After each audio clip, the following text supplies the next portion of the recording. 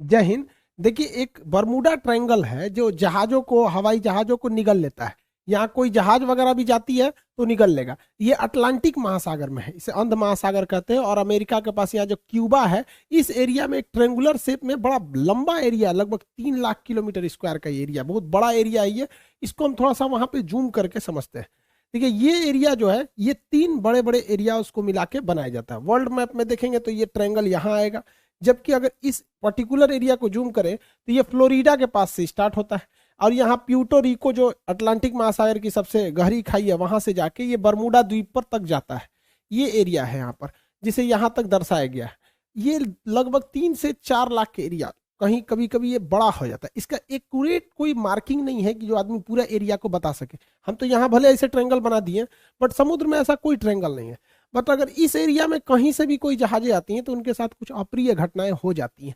इसके बारे में डिटेल से समझते हैं। 1498 में जब क्रिस्टोपस कोलंबस जा रहे थे इस रास्ते से, तो उन्होंने भी अपनी किताब में वर्णन किया है कि जब वो इस एरिया से गुजर रहे थे तो अचानक मौसम में एक परिवर्तन देखे, प्रकाश देखे, बादल का तड़कना, समुद्री लहरें तेजी से उठने लगी और उनका जहाज डिसबैलेंस होने लगा। इवन कि उस समय देखिए, समुद्र में रास्ता दिखाने का केवल और केवल एक ही रास्ता रहता है, कंपास। अब तो सैटेलाइट वगैरह आ गए हैं, बट कंपास ही उस समय एक ही रास्ता होता था, जो हमेशा नॉर्थ डायरेक्शन की ओर मूव करता रहता है। वो बता देता है कि इधर की ओर उत्तर दिशा है, तो इसके थ्रू आदमी जा सकता था। तो यहाँ पे कंपास काम करना बंद कर देता था। ये कोलंबस ने भी इसको माना है। 1964 में विंसन गैडिज ने अपनी पुस्तक में, मैगजीन में बताया था कि ये किस तरह से जहाजों को वगैरह को निगल लेता है। इसलिए इस ट्रायंगल को डेविल ट्रायंगल या फिर रहस्यमयी ट्रायंगल कहा गया। यहाँ जाने के बाद जहाजों में अचानक परिवर्तन देखा, इंजन काम नहीं करेगा, जहाज धंसने लगेगी, कोई तैरना चाहेगा तो तैर नहीं पाता है, अजीब अप्रिय घटना होगी और अचानक ही हो जाती थी। और ये जहाज डूब के कहां जाते थे तब ये भी नहीं पता चलता था किसी को।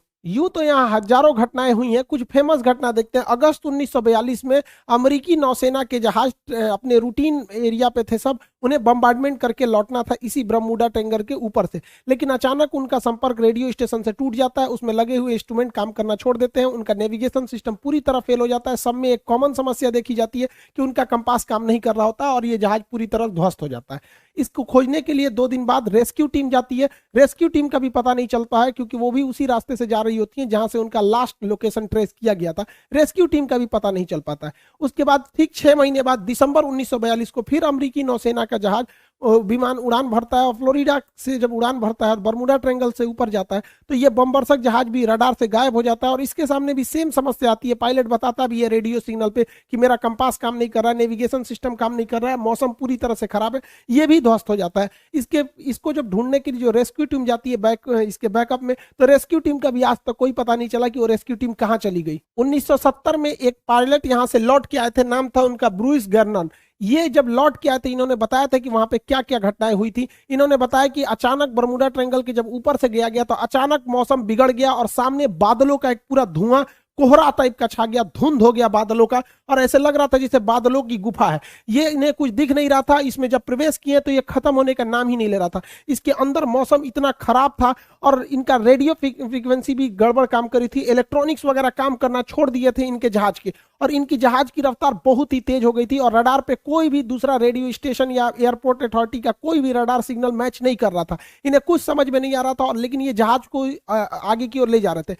लगभग 3 मिनट बाद, एक अच्छी खासी दूरी तय करने के बाद, ये उस जोन से बाहर निकले और उसके बाद ये अपनी जहाज को लैंड कराए। लैंड कराने के बाद देखिए इत्तेफाक क्या हुआ था कि वो 3 मिनट में ही 150 किलोमीटर की दूरी तय कर लिए थे। यानी इनकी जो रफ्तार हो गई थी लगभग 3000 किलोमीटर प्रति घंटा हो गई थी, जो अभी किसी भी पैसेंजर जहाज के लिए पॉसिबल नहीं है। ये तो मिसाइल और लड़ाकू जहाजों की स्पीड होती है। बहुत लंबे अरसे तक ये बरमूडा ट्रायंगल जो था एक रहस्य का कारण बना। लोगों को लगता था कोई अदृश्य शक्ति है जो जहाजों को, शिप को अपनी ओर खींच लेती है, लेकिन ऐसा कुछ भी नहीं है। इसके पूरे रहस्य पर पर्दा उठाया जा चुका है। इवन की बरमूडा ट्रायंगल दुनिया के 10 सबसे खतरनाक जगहों में से भी एक नहीं है। मतलब सोचिए, 10 खतरनाक जगहों में भी इन्हें शामिल नहीं किया गया। इसका मतलब ये एक कहानी है। फेमस हो जाता है कोई चीज बहुत ऐसे ही कि जहाजों को निगल जाता है, ये होता है, ऐसा कुछ नहीं होता है। यहाँ कुछ नेचुरल घटनाएं होती है, कोई सुपर नेचुरल नहीं है जिसका लॉजिक भी अवेलेबल है। सबको हम लोग समझते हैं। जो जहाजों का मलबा गया और नीचे समुद्र के तल पे, देखिए यहाँ जो एरिया है बरमूडा का, जो एरिया, इस एरिया के नीचे ज्वालामुखी है सब, और ये ज्वालामुखी विस्फोट करते हैं सब। जब भी ज्वालामुखी विस्फोट होता है तो कुछ जहरीली गैसें निकलती हैं। इसमें मीथेन वगैरह की मात्रा निकलती है। मीथेन गैस वगैरह जब पानी से मिलता है तो उसकी डेंसिटी को एकदम घटा देता है। जब डेंसिटी, समुद्र की डेंसिटी घट जाती है तो जहाजों को डिजाइन किया गया रहता है समुद्र की डेंसिटी के हिसाब से, उसके घनत्व के हिसाब से, ताकि वो ऊपर तैर सके। डेंसिटी घटने की वजह से अचानक वो नीचे धंसने लगती है, और यही वजह है कि वहां अगर कोई तैरने की भी कोशिश करता है तो नहीं तैर पाता है, क्योंकि उनका घनत्व घट जाता है। जैसे मच्छर जो होता है मिट्टी तेल के ऊपर, पानी के ऊपर तैर रहा होता है, आप एक ढक्कन मिट्टी तेल मिला देंगे ना, या तो वो मिट्टी की तेल से सूंघने से नहीं मरता, उसका घनत्व तो कम हो जाता है और डूब के उसमें मर जाता है। यही घटना यहाँ डूबने के कारण होता है। दूसरा कारण यह है कि बरमूडा के आसपास के एरिया में छोटे छोटे समुद्री पहाड़ हैं सब इस शेप में। जब हवाएं इस पहाड़ से टकराती हैं तो उनमें एक हलचल होने लगता है, जिस हलचल से यहाँ पे एक बवंडर, एक चक्रवात उत्पन्न हो जाता है, और ये बादलों को और वहां के समुद्र के जल को पूरी तरह लहर में बदल देते हैं। और इसमें अगर कोई हवाई जहाज या कोई शिप आ जाता है तो उस चक्रवात के बीच में फंस जाता है, जिससे कि इसमें दुर्घटना हो जाती है। पानी वाली जहाजों के डूबने का तीसरा जो कारण है वो बड़ा सिंपल है, समुद्र के अंदर की पहाड़ियां। समुद्र के अंदर की वह पहाड़ी जो बाहर तक नहीं निकल पाती, उन्हें रिज या कटक कहते हैं। ऐसे कटक इटली और तुर्की के पास बहुत ज्यादा मात्रा में पाए जाते हैं। यहाँ अक्सर जहाज वगैरह गिर जाते हैं, सब नीचे का पेंडी टकरा जाता है। जैसे देखिए ये समुद्र का लेवल है, तो यहाँ पे जहाज चल रही है तो उसको ये नहीं पता है कि नीचे मेरे समुद्र है कि नहीं, और नीचे से कुछ पहाड़ी अगर ऊपर आती है तो इसके पेंदी से टकरा जाती है। ऐसी घटना इटली और तुर्की के पास बहुत ज्यादा देखने को मिलती है। आप देखेंगे इटली के तट के पास ही इतना बड़ा जहाज टकरा गया, यहाँ पर एक मालवाहक जहाज टकरा गया, यहाँ पे बड़ी बड़ी शिप टकरा टकरा के गिरी है सब। अब बताइए ये तो गलती है इन लोग की, जो कैप्टन है, क्योंकि इतने मॉडर्न शिप को अगर गिरा दिए लोग तो गड़बड़ बात है। उस समय जहाजों की दुर्घटना ज्यादा होती थी क्योंकि न रडार था न सोनार था। आज के वक्त में पूरी बेहतरीन ढंग से रडार है, सोनार है। आज आराम से बरमूडा ट्रायंगल के ऊपर से जहाजें भी पार हो जाती हैं और शिप भी पार हो जाता है, कि उनको सोनार उन्हें बता देता है नीचे चट्टान वगैरह नहीं है। लेकिन पहले ये घटनाएं नॉर्मल थी ऐसे हो जाना। हवाई जहाज की दुर्घटना के पीछे सबसे बड़ा जो कारण है वो हेक्सागोनल क्लाउड का है। हेक्सागोनल 6 मतलब फलकों वाला एक क्लाउड होता है, बादल होता है, जिसे सबसे पहले सैटर्न ग्रह के ऊपर देखा गया था। ये बादल जो होते हैं, आप देखिए ये 6 सतह वाले बादल होते हैं, इस तरह से हेक्सागोनल शेप में ये बादल पाए जाते हैं। यहाँ ना दिखने में छोटा लग रहा है, ये सैटेलाइट से फोटो लिया गया, जबकि इसका एरिया देखेंगे तो 50 किलोमीटर स्क्वायर का एरिया होता है। सोचिए लगभग एक जिला बराबर इसका इतना बड़ा एरिया होता है, उतने बड़े में ये बादल होते हैं। और इस बादल के अंदर हवाएं इतनी बवंडर के रूप में चलती हैं जिनका स्पीड 250 किलोमीटर प्रति घंटा होता है। यानी इसके अंदर हवाएं इतनी तेज होती हैं कि अगर कोई जहाज इसमें प्रवेश कर जाता है तो जहाज को वो तोड़ सकते हैं। तो हेक्सागोनल क्लाउड की वजह से यहाँ पे जहाजों की दुर्घटना होती है, अगर इस हेक्सागोनल क्लाउड में फंस गया तब। और ये भी देखिए फंसता भी, अगर विपरीत दिशा में फंसेगा तो तोड़ देगा उसको, और नहीं तो अगर सेम इधर ही हवाएं चल रही हैं उसी में जहाज भी फंसेगा तो जहाज की स्पीड को बहुत तेज बढ़ा देता है। यही वजह है कि जब वहां से कई जहाजें गुजरी हैं तो उनका स्पीड अचानक बहुत तेज बढ़ गया है। तो इसमें कोई दैवीय या भूत प्रेत वाली घटना या फिर कोई ऐसी चीजें नहीं है जिसका कोई पता नहीं लगेगा। नॉर्मल चीजें, अब ऐसी घटनाएं नहीं होती हैं, लेकिन ये पुरानी कहानियां, इस पे इतनी मूवी बना दी गई है, करोड़ों रुपए लोग कमा लिए इसके लिए। कहानी चाहिए एक डायरेक्टर को, अच्छा खासा कहानी बन जाता है। तो ये आप समझिए साइंटिफिक कारण। अब ऐसा कुछ नहीं होता है। ये तो रहा भैया आपका बरमूडा ट्रायंगल का, जो इधर अटलांटिक महासागर के पास कैरेबियन सागर में। ऐसे ही ये घटना जापान के पास हो गई। यहाँ पर जापान के पास भी एक ट्रेंगुलर शेप में एरिया है, वहां 1980 में एक जहाज जा रहा था डर्बीशायर। ये इतना बड़ा जहाज था जो टाइटेनिक से 2 गुना था। यहाँ कई लाख टन इसमें आयरन ओर की मात्रा भरी हुई थी। अचानक ये डूब गया, इस एरिया में अचानक डूब गया। जापान की सरकारी टीम ने उसे रेस्क्यू टीम भेजा था पता लगाने के लिए, वो भी डूब गई।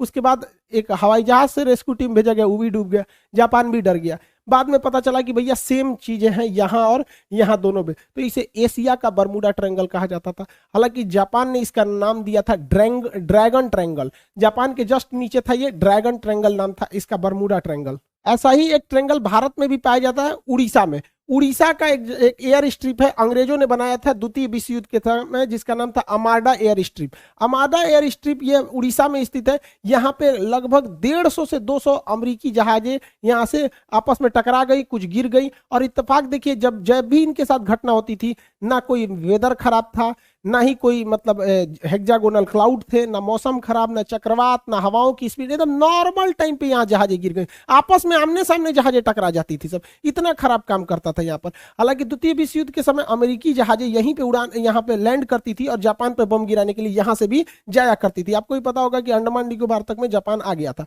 तो इतनी जहाजें अमेरिका की यहाँ से क्रैश की गई थी और उनका बहुत सारा हुआ था। हालांकि ये मिलिट्री का एरिया था, इसलिए इस फाइलों को बंद कर दिया गया, बहुत ज्यादा डिस्क्लोज नहीं किया गया। तो ये भारत का बरमूडा ट्रायंगल आप कह सकते हैं। तो ये तीनों जगह। अब इसके पीछे क्या लॉजिक है भैया? आपको बरमूडा का लॉजिक बता दिए, जो सेम लॉजिक ड्रैगन ट्रायंगल पे भी है, दोनों सेम है। यहाँ क्या है कि ये एरिया झारखंड से करीब है और झारखंड के जादूगोड़ा के पास यूरेनियम की खदान है। आपको पता है यूरेनियम एक बहुत ही रेडियो एक्टिव चीज होता है। ये इलेक्ट्रॉनिक सिस्टम वगैरह को अचानक अगर हाई रेडिएशन होगा या इत्यादि होगा तो इसका बड़ा इफेक्ट पड़ता है, जिससे कि इलेक्ट्रॉनिक सिस्टम काम नहीं करते थे, नेविगेशन खराब हो जाता था, दोनों जहाजों का नेविगेशन एक ही डायरेक्शन में दिखाने लगता था। इसी की वजह से इसलिए दो जहाजें आपस में आमने सामने यहाँ पर टकरा जाती थी आर्माडा एयर स्ट्रिप पर। हालांकि ये चीजें आप बहुत कम सुने होंगे क्योंकि ये मिलिट्री वाला जो एयरबेस होता है उसकी बहुत ही चीजों को टॉप सीक्रेट ही रखा जाता है। आप तीनों तरह के ट्रायंगल को देखें, इत्तेफाक देखिए, ये वाला है बरमूडा ट्रायंगल और यहाँ पर है प्रशांत महासागर, अटलांटिक महासागर में, प्रशांत महासागर में है यहाँ पर ड्रैगन ट्रायंगल और भारत में है यहाँ पर आपका आर्माडा एयर स्ट्रिप। अगर आप इसको देखिएगा अक्षांश तो तीनों एक ही अक्षांश पे आएंगे सब आपको। देखिए तीनों एक ही लेटीट्यूड पे लगभग आ जाते हैं, तो ये एक इत्तेफाक कह सकते हैं। हालांकि सबके पीछे साइंटिफिक कारण है। अब ऐसी कोई घटनाएं नहीं होती हैं। जो भी कहता है कि यहाँ पे कोई सुपर नेचुरल पावर है, ये है सब मन गढ़ंत कहानी है ये सब। हालांकि अटलांटिक महासागर में एक और जगह है सारगैसो, यहाँ सारगैसो सागर है। ये सागर है ही नहीं है एक्चुअली, यहाँ एक शैवाल पाया जाता है, एलिगी, जो समुद्र में तैरते रहता है, बहुत लंबा लंबा पाया जाता है, घास है इस तरह। यहाँ अगर जहाजें, छोटी मोटी जहाजें फंस जाती है ना तो उसी में फंस के रह जाती है, इसलिए यहाँ पे देखिए इतना बड़ा बड़ा घास पाया जाता है, पूरी समुद्र को ये घास ढक लेता है। सारगैसो घास पाए जाने की वजह से जितने एरिया में वो घास पाया जाता है उस घास वाले एरिया को, उस शैवाल वाले एरिया का नाम रख दिया गया है सारगैसो सागर। हालांकि सारगैसो कोई सागर नहीं है, वह सागर का वह हिस्सा है जहां ये वाला शैवाल पाया जाता है, सारगैसम नामक शैवाल पाया जाता है। इसलिए यूपीएससी सीडीएस में एक बार क्वेश्चन पूछा था, वो कौन सा ऐसा सागर है जिसका कोई भी तट रेखा नहीं है, मतलब जमीन से नहीं टच करता है। तो सारगैसो सागर जमीन से टच नहीं करेगा क्योंकि वो बीच का तो सागर है नहीं, वो बस एरिया है। यहाँ जहां जहाजों को, छोटी जहाजों को आने जाने के रोक लगाया गया क्योंकि उसकी पंखी वगैरह में ये सब घास वगैरह